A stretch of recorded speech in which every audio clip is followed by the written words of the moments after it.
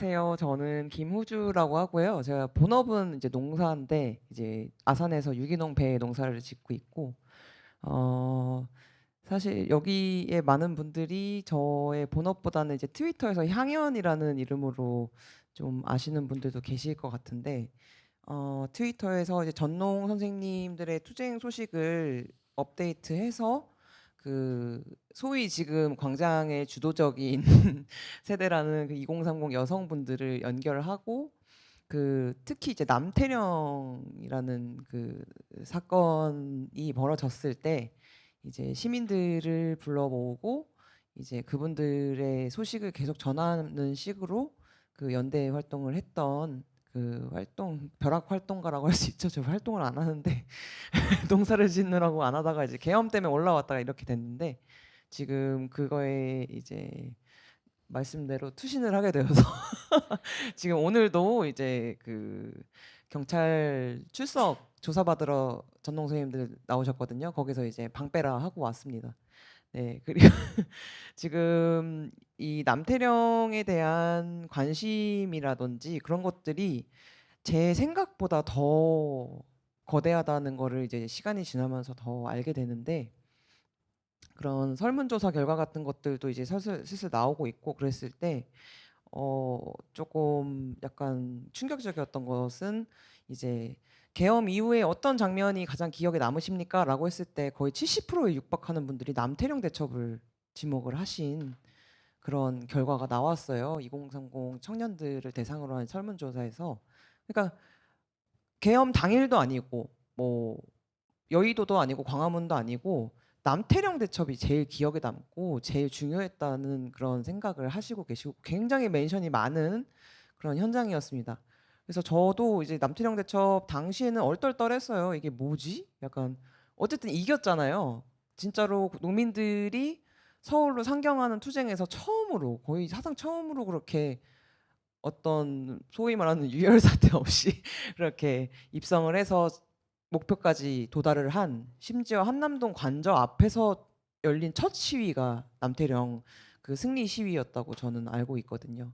그런 엄청나게 약간 얼떨떨한 그리고 우발적인 현장이었다는 것도 되게 중요한 특징 중 하나인데 그런 그 기획되어 있고 예고되어 있고 홍보나 그런 것들이 없었던 굉장히 사건이었던 상태에서 그렇게 많은 시민들이 밤새도록 동짓날 밤에 그때 영하 10몇 도였을 정말 초유의 한파였을 때 오셔서 다들 이렇게 저체온증 걸리면서 이렇게 앉아 계셨던 그런 연대의 힘이 어디서 왔을까 이런 것들이 지금 굉장히 연구 대상으로도 많이 회자가 되고 있습니다. 이 상황에서 그러니까 지금 저는 당연히 앞에서 말씀하신 것처럼 현실을 바라보는 입장은 당연히 너무나 문제적이고 그런 민주주의가 기본적인 가치들부터 많이 훼손되어 있는 것이 이 한국의 상황이다라는 것에 굉장히 공감을 하고요. 앞에서 말씀해주신 이제 전세 사기 피해자분들이나 그런 외국인 그런 이제 차별이나 혐오나 그런 정쟁으로 인해서 이제 민생이 이제 박살나는 그런 상황들이 농민에게도 너무나 강력하게 이제 드리워져 있는 그런 상태예요. 그러니까 그 지금 농민분들이 틱탁 타고 오면서 이제 외쳤던 것들이 이제 뭐 농안법, 양곡법 같은 것들에 대해서 얘기를 하는데 이게 굉장히 합리적인 부분임에도 불구하고 정쟁으로 해서 양곡법이 1호 거부권을 행사한 법이에요. 윤석열이. 이거를 굉장히 오래 전부터 이 개정을 해야 된다. 그러니까 양곡법을 뭐 쌀을 다 사줘 이런 얘기가 아니고 원래 양곡법이 발동이 돼야 될 때 어떤 기준이 없이 고무줄 나이롱으로 그냥 그때 그냥 되는 대로 하고 안 되면 안 하고 이런 식으로 돼 있어가지고 기준을 만들자. 그 수요보다 3% 이상 많이 생산이 되면은 그 이상으로 생산된 부분만 시장 격리를 빨리 하자라는 기준을 만들자는 게 이제 양곡법의 요지거든요. 그러니까 뭐 심지어 세금이 절약돼요. 그 법을 통과를 시키면은 누수되는 그런 것들을 없앨 수 있는 되게 합리적인 개정안인데도 그냥 민주당이고 진보당이니까 진보당 의제잖아. 농업 의제는 그러면은 우리는 거부할 건데 이런 식으로 첫 스타트를 끊었던 것이 이제 양곡법입니다. 이런 식으로 농민들의 삶이 굉장히 오랫동안 이제 고통받아 왔죠. 사실 뭐 공화국이 수립된 이후부터 그러니까 이승만 때부터 이제 농업은 이제 조금 뒤로 하면서 이제 버리는 카드가 되었었던 건데 이런 고통 속에서 끊임없이 이제 투쟁하시는 분들이 계셨고 이번 퇴진 운동에서도 역시나 올라오셨다. 근데 이제 이 농업 관련한 의제 이상으로 남태령에서 보여줬던 그런 현상적인 부분에서 굉장히 주목할 만한 것들이 어떤 무조건적인 시민연대의 재생이라고 해야 될까요? 그 남태령의 그 무작정 달려왔던 그 응원봉 부대라고 불리는 그 청년 여성분들을 주체로 한 그리고 굉장히 그때 소수자성을 가진 분들의 비율이 굉장히 높았어요. 다른 집회보다. 그래서 자기 정체성을 먼저 이야기하는 전통이 생겼을 정도로 그 자유발언에서 그런 소수자성이 굉장히 특징적인 그런 곳이었고 아까 말씀한 것처럼 그 중국인 교포 2~3분이 올라오셔서 제가 여기서 발언을 하면 그 이제 음모론이 생긴다는 거 그 혐오의 발언으로 이 현장의 가치가 훼손될 거라는 걸 알고 있지만 여러분들의 말씀을 들으니까 저도 나와서 얘기하고 싶어질 수 있었고 용기가 생겼다라면서 연설을 하셨는데 너무나 감동적이고 되게 마음 따뜻해지는 그런 연설이었고 그 이후로도 그분이 광장에서도 계속 활동을 하시고 연설을 하시고 계시거든요. 그래서 저랑 친해지기도 했고 이제 그런 것들이 어떻게 가능했는지라는 것에 대해서 저도 초반에는 잘 이해를 하지 못하고 그러다가 이제 계속 생각이 숙성이 되고 그 경험들을 되짚어 보면서 이제 조금 더 정리가 됐던 부분들은 그 말벌 시민이라는 표현이 생겼잖아요. 그게 남태령이 저는 그래도 시작이었다고 보거든요. 그때 되게 특징적인 트윗이 굉장히 바이럴이 됐었는데 이게 무슨 내용이었냐면은 남태령 갔다가 처음 깨달았다. 당사자가 아닌데도 그냥 끼어들어도 되는 건가? 되더라. 그래도 되는 거였더라. 그냥 말벌 아저씨처럼 그냥 냅다 달려가면 되는 거더라. 라는 것이 그 트윗이 엄청 바이럴이 되면서 맞다. 난 농민도 아니지만 농민분들이 생산한 밥 먹고 크지 않았느냐. 이런 식으로 연대 발언에서도 계속 그 부분이 나왔고 이거를 내가 몰랐던 것이 죄송하고 부끄럽고 내가 남태령에 가서 이 농민분들을 지키지 않는다면은 난 또 후회할 것이다. 그렇기 때문에 내가 여기에 가야 되고 이분들을 지키지 않으면 내가 우리의 일부로서의 농민이 이제 위험에 처하면 나 역시도 언젠가는 저 공권력 앞에서 무너지고 말 것이다.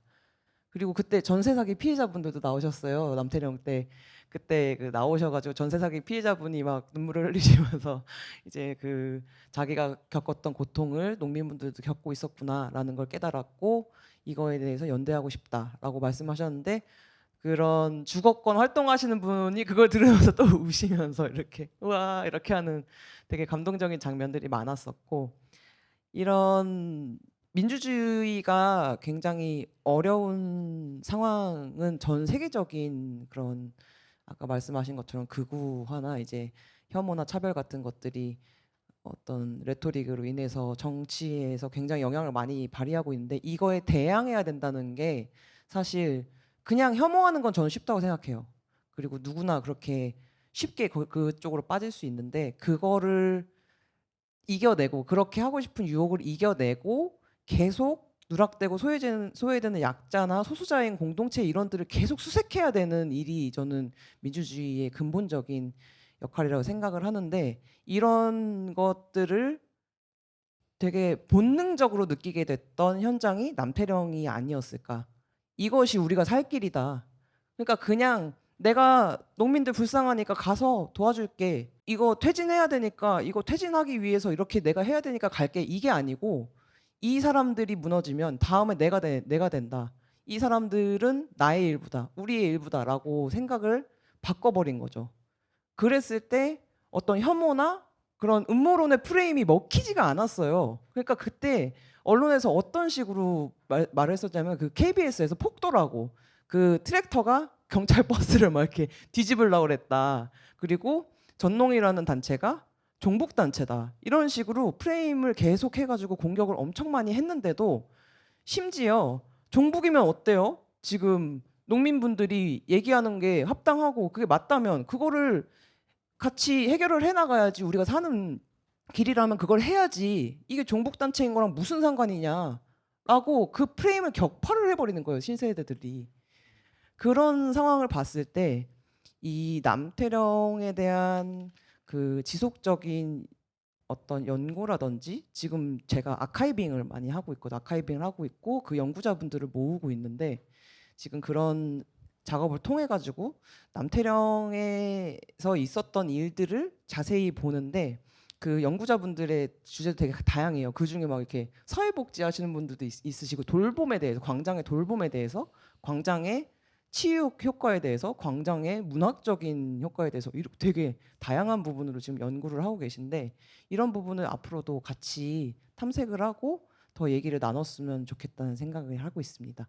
네, 전농 아 네, 제가 전농 회원이 아니에요. 사실 왜냐면은 전농은 인터넷으로 가입을 못 합니다. 지역 연맹에 그 직접 갖고 와서 그 신청서를 양식을 받아서 직접 그 사인을 하고 와야 돼요. 근데 제가 바빠가지고 그걸 못했고 그 또 연맹 지역 연맹이 없으면은 또 다른 연맹에 가입해야 되고 이런 식으로 그래서 회원 조직 같은 것은 전농에서 아마 변하지 못할 거라고 저는 생각을 하는데 전연홍은 약간 좀 그런 도시민들과 이제 관계 인구로 뭐 유지를 한다거나 뭐 텃밭 뭐 회원, 도시 회원 이런 것도 운영을 하고 있는 걸로 알고 있고 이번에 반응이 되게 좋았다는 걸로 알고 있는데 전농 자체는 전농뿐만이 아니라 뭐 노조든 뭐든 다 지금 같은 비슷한 고민을 많이 하고 계신 것 같아요. 이거 뭐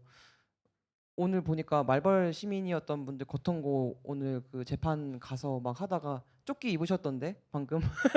그래서 이 조끼를 입는다는 것이 이제 뭐 이렇게 노조원이 된다는 것은 아니지만 어쨌든 활동가로서 외부에서 들어오시는 분들을 어떻게 다룰 것인가는 이제 각각의 조직에서 굉장히 그 고민을 많이 하실 부분이라고 생각하고 저는 아까 말한 것처럼 대학원생 졸업하면 어떻게 돼요? 약간 이런 질문 뭐 많이 그 나올 거라고 생각을 하는데 지금 이거를 저는 좀 많이 포용적으로 좀 받아줄 수 있는 어떤 조직의 구조가 좀 생겼으면 좋겠다는 생각도 들고 있습니다. 왜냐면은 그런 활동을 교육을 받거나 경험해 볼 수 있는 기회가 한국 공교육 과정에도 없고 그런 관심을 가진다거나 뭐 얘기를 나눈다거나 이렇게 할 수 있는 공간 자체가 부재하는 상황에서 그러면 조직들에서 직접 운영을 하는 건 어떨까? 약간 그래서 이 전교육 같은 과정 같은 걸로 뭐 좀 대체가 된다거나 아니면은 연대 활동을 계속 이어나갈 수 있는 커뮤니티화 같은 게 되면은 이번에도 사실 남태령에서 농민분들만 계셨으면 분명히 거기서 좌절되고 이제 다 연행되고 다 끝났겠죠 거기서 상황이. 근데 그게 아닌 상황은 100% 거의 시민분들이 만들어낸 그런 것이었고 그 이후에 뭐 한남동이고 뭐고 지금 재판 과정 같은 것도 굉장히 영향을 많이 받고 있는 것 같은데 이런 것들이 계속 돼야지 좀 넓어져야지 된다고 생각을 해서 이런 부분들이 좀 많이 생겼으면 좋겠고 지금 논의가 되고 있는 부분들이 저는 긍정적이라고 보고 있어요. 네네.